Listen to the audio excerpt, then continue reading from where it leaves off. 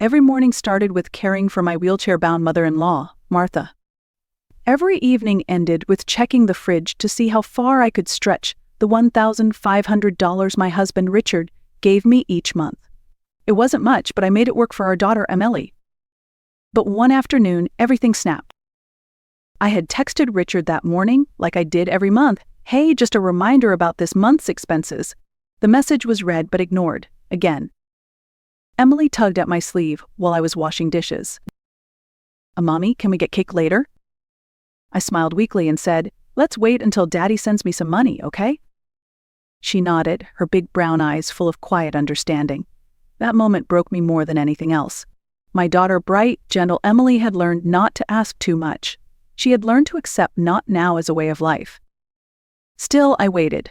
Then, mid-afternoon, Emily suddenly threw up and complained of stomach pain. I panicked. We rushed to the emergency room. Standing at the pharmacy counter, I realized I didn't even have enough to buy her medication. I called Richard. He picked up, already irritated.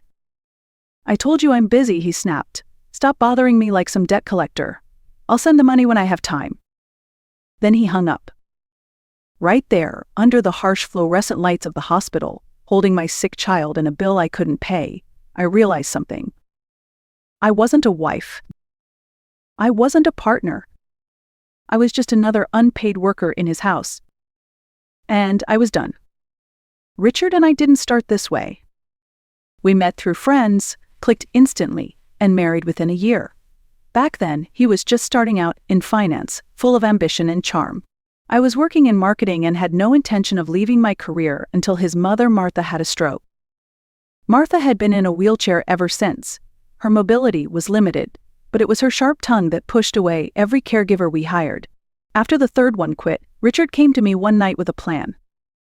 "Claire," he said, holding my hands, "no one can take care of Mom the way you can. Just stay home. I'll take care of everything. I'll deposit my full salary into our account. You'll manage the house, Emily and Mom. We'll be a team." I believed him. So I quit my job. I took over full-time caregiving duties. I became the house manager, the nurse, the cook, the cleaner, the emotional buffer between Martha and the rest of the world. At first, Richard kept his word.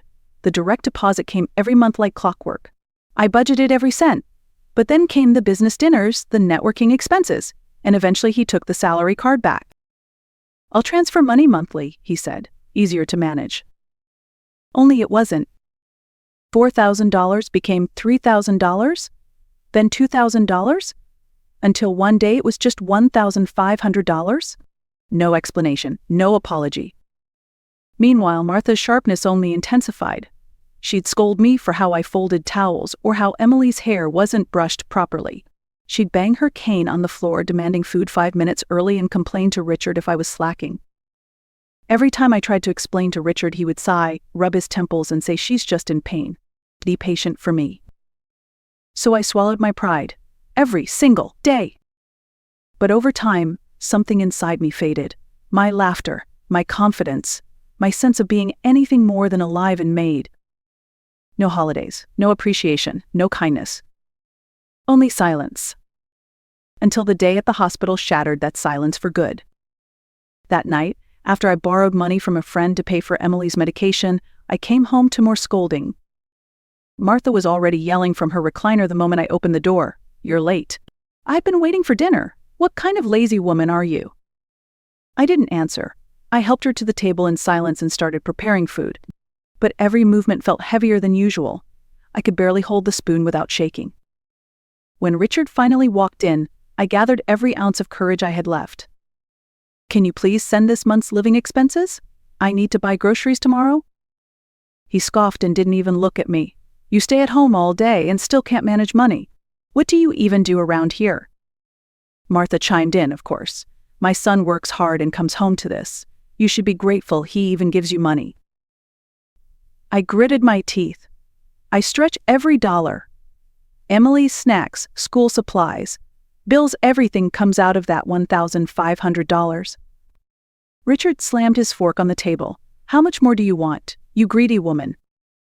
That's when I snapped. I stood up, grabbed my plate, and flipped it over on the table. Food splattered everywhere. Martha gasped. Emily went silent. You think $1,500 is a favor. You act like I'm demanding a fortune when all I'm asking for is enough to feed our child. I pointed at Richard. You begged me to quit my job. You wanted me to care for your mother, your house. Do you think I enjoy this? Depending on you for every basic need? Then I turned to Martha.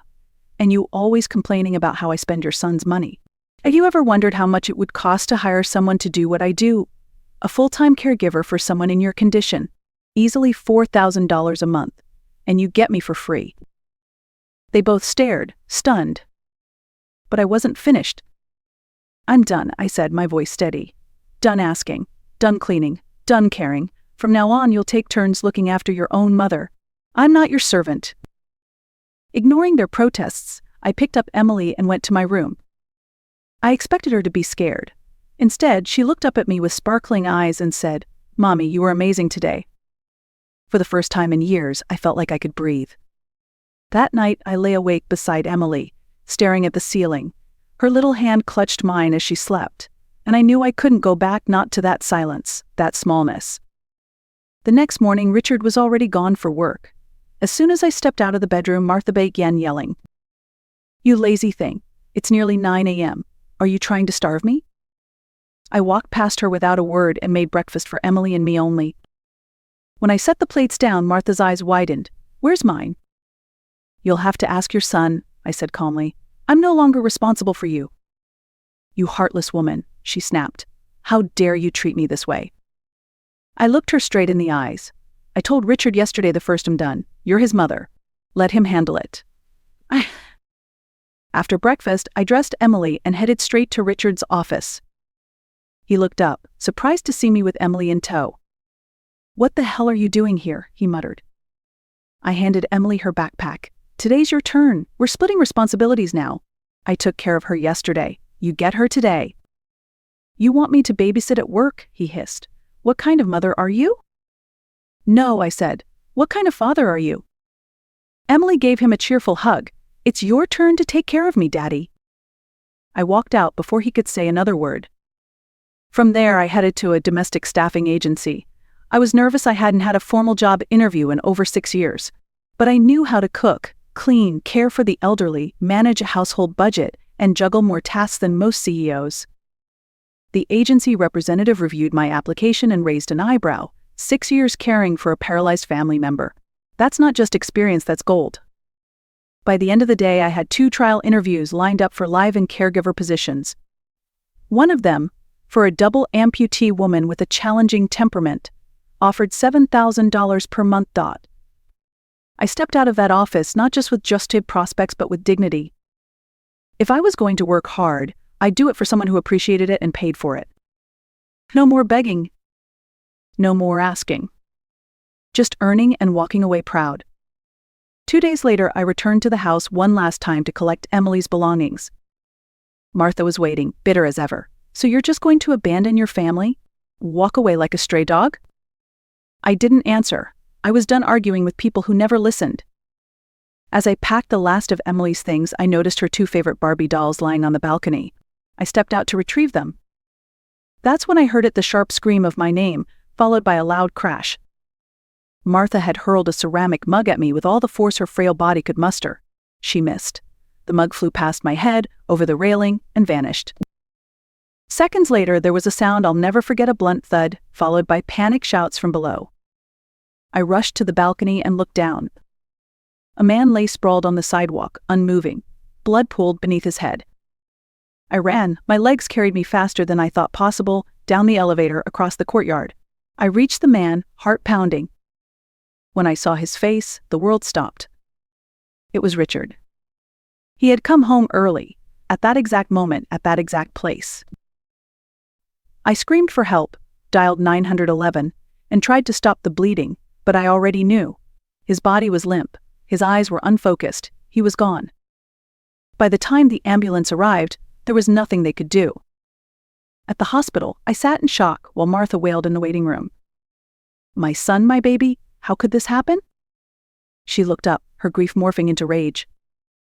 "This is your fault," she shrieked. "You made me angry. You caused this. Why couldn't it have been you instead?" Her words were venom, but I didn't flinch. "You threw that mug," I said coldly. "You aimed it at me, and it hit your own son." Martha froze. "I'm calling the police," I added. "Your fingerprints are all over that mug." She didn't deny it. She didn't scream again. She just sat there, trembling, her face pale with horror.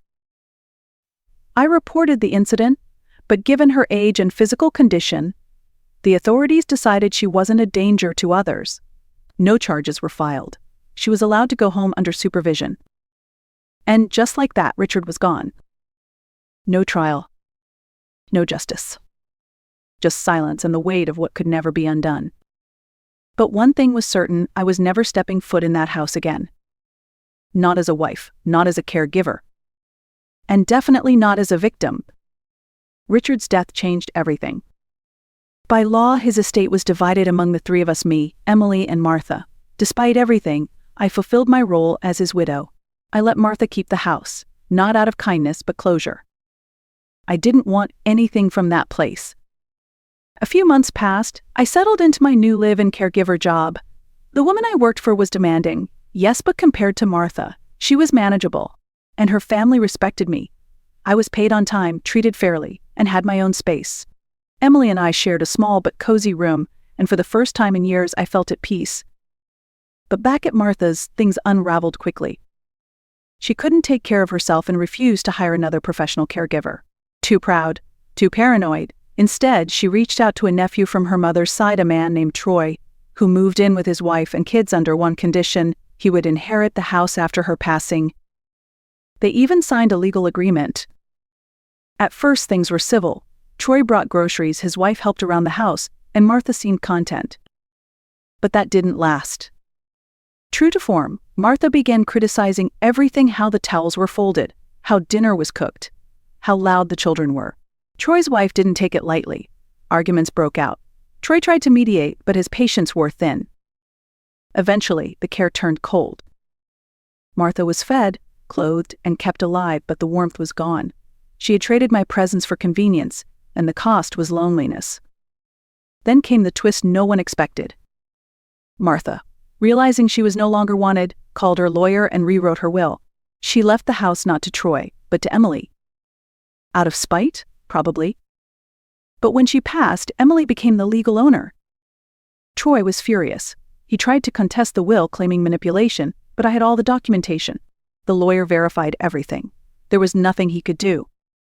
I handled Martha's funeral quickly and without fuss. No eulogy, no public mourning. Just a quiet goodbye to a woman who never once said thank you. After the burial, I put the house on the market. It sold within weeks. And with that money, Emily and I moved again. This time, far away. Far from the ghosts of the past. Far from that balcony. Far from the sound of ceramics shattering concrete. For once, it was just the two of us. And the future. Years have passed since I walked away from that life. Emily is thriving. She's older now, bright and curious, with a quiet strength I like to believe she learned from me. I still work in caregiving, but now I choose my clients. I choose the families I serve. And I never again let anyone treat me like I'm invisible. Sometimes people ask me why I didn't fight harder for justice when Richard died. The truth. Justice isn't always about courtrooms or revenge. Sometimes justice is walking away whole. With your head high. With your child safe. With your spirit intact. Martha thought she'd punish me by leaving everything to a manipulative nephew. In the end, her own bitterness gave Emily a future. Maybe that was her twisted version of redemption. Maybe it was just one last act of control. Either way, it doesn't matter. Because the house she once ruled with cruelty is gone. Because the woman she once belittled is free. Because the little girl she never cared for now owns the legacy she tried to deny. I used to think endurance was strength, that being silent, patient, and selfless was noble. But real strength is saying no, drawing the line, refusing to be used. Real strength is teaching your daughter by example that her value is not measured by what others demand from her, but by what she chooses to give. I still remember that moment in Richard's office, when Emily looked up and said, "Daddy, it's your turn to take care of me." That was the beginning. Of my freedom. Of her courage. Of our life rebuilt, reimagined, and finally ours. We live quietly now. No drama, No screaming, just laughter, homework, shared dinners, and the sound of peace at bedtime. Sometimes Emily asks about her father. I tell her the truth, not all of it, but enough. And when I tuck her in, I whisper the words I once needed to hear myself. You are not a burden, you are not invisible, you are loved. And that's all she ever needs to know. If you've ever felt unappreciated, overlooked, or trapped in a life where your worth was measured only by what you gave, Claire's story is for you. You are not alone. You are not just someone's wife, someone's mother, or someone's daughter-in-law. You are a person, and you deserve to be respected, to be heard, and to live without begging for dignity. If this story moved you, share it with someone who needs to hear it. And if you believe in stories that honor truth, strength, and healing, comment and subscribe to The Art of Revenge. Your voice matters.